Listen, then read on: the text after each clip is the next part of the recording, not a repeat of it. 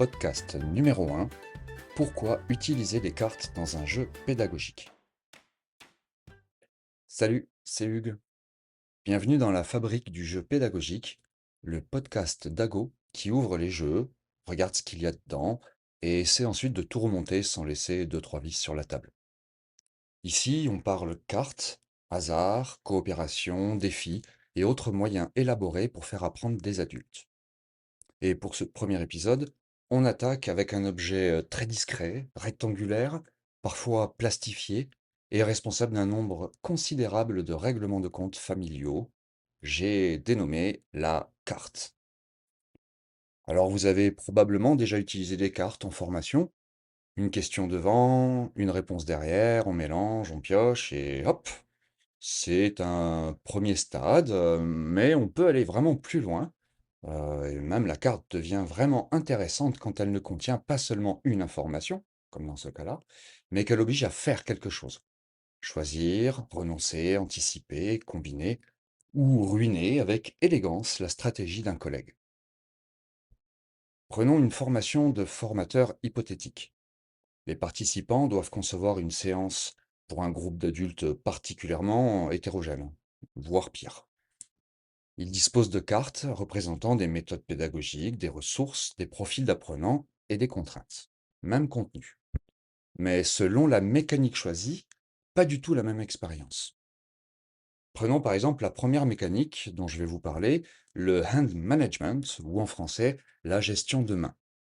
Le jeu canonique de cette mécanique-là, c'est le poker. Vous avez peu de cartes, beaucoup d'envie et pas assez de place pour tout faire. Au final, comme dans la vraie vie d'un planning de formation. Notre participant possède 5 cartes dans son cas. Travail en sous-groupe, étude de cas, exposé, quiz et mise en situation. Mais il ne peut en jouer que 2. Il va devoir donc choisir, et comme tout le monde sait, choisir c'est renoncer. Et d'ailleurs, cette petite phrase est dédiée à toutes les personnes qui préparent encore 96 diapositives pour une matinée de formation bien remplie. Cette mécanique de gestion de main oblige donc à hiérarchiser, argumenter et prendre une décision avec des ressources limitées.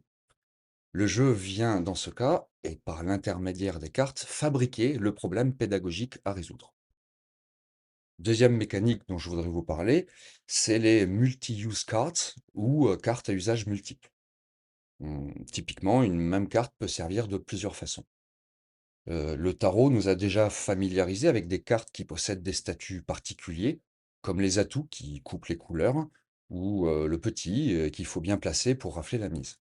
Plus près de nous, un jeu comme Seven Wonders, où le joueur choisit réellement l'usage de sa carte. Soit il profite de son pouvoir, soit il la sacrifie pour construire sa merveille, ou il peut la défausser pour récupérer de l'argent. Dans notre formation, donc, la carte étude de cas pourrait devenir une méthode d'animation, un outil d'évaluation ou une solution pour réveiller un groupe qui vient de déjeuner.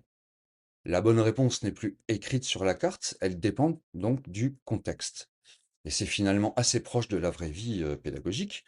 Un outil ou une technique n'a jamais une place fixe. Et d'ailleurs, même un quiz. Troisième mécanique, c'est les command cards, ou les cartes de commandement. Ou pour faire d'ailleurs un peu plus peur, on va dire les cartes contraintes. Elles vous disent ce que vous pouvez faire, ou plus souvent ce que vous ne pouvez pas faire. C'est un peu l'esprit du mille bornes. Le meilleur exemple, c'est, souvenez-vous quand, votre mamie vous plaçait une carte crevaison sur votre tas, avec le calme du personne qui n'attend plus rien de la route.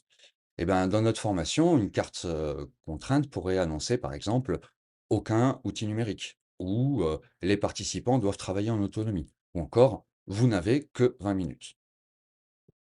Le joueur ne décrit plus la séance idéale, dans la salle idéale avec le groupe idéal qui arrive à l'heure et cetera. Il doit composer avec le réel, c'est-à-dire des contraintes, et le réel, ben, pédagogiquement, c'est un excellent partenaire de jeu. Il existe aussi beaucoup d'autres mécaniques, de cartes qui existent encore, comme, par exemple, construire progressivement son paquet, bah, comme pour le jeu Magic, là, je place un petit check aux joueurs et aux joueuses de Magic.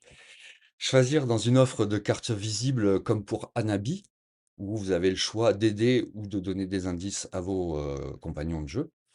Vous pouvez aussi créer des combinaisons, de cartes grâce à des mots-clés, comme pour Dictopia, Ou utiliser encore tout un tas de cartes pour organiser la progression, d'un scénario, un peu, comme un livre dont on est le héros, mais avec des cartes. Pour finir, je voulais vous dire, avant d'imprimer 50 cartes et de commander une plastifieuse industrielle, posez-vous d'abord une question: qu'est-ce que les participants vont devoir faire avec ces cartes?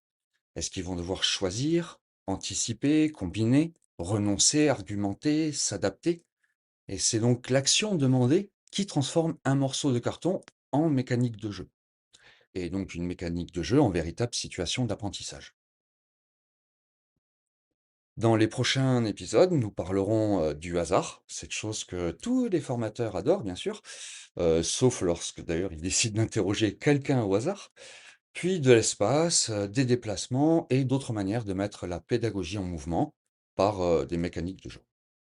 Et d'ailleurs, pour apprendre à concevoir vos propres jeux pédagogiques, vous pouvez retrouver notre formation CPF, hein, formée par le jeu, tout ça sur notre site internet. Et n'oubliez pas, si vous avez une idée, mettez-la en jeu. Si vous n'en avez pas, eh ben, jouez. Merci de m'avoir écouté.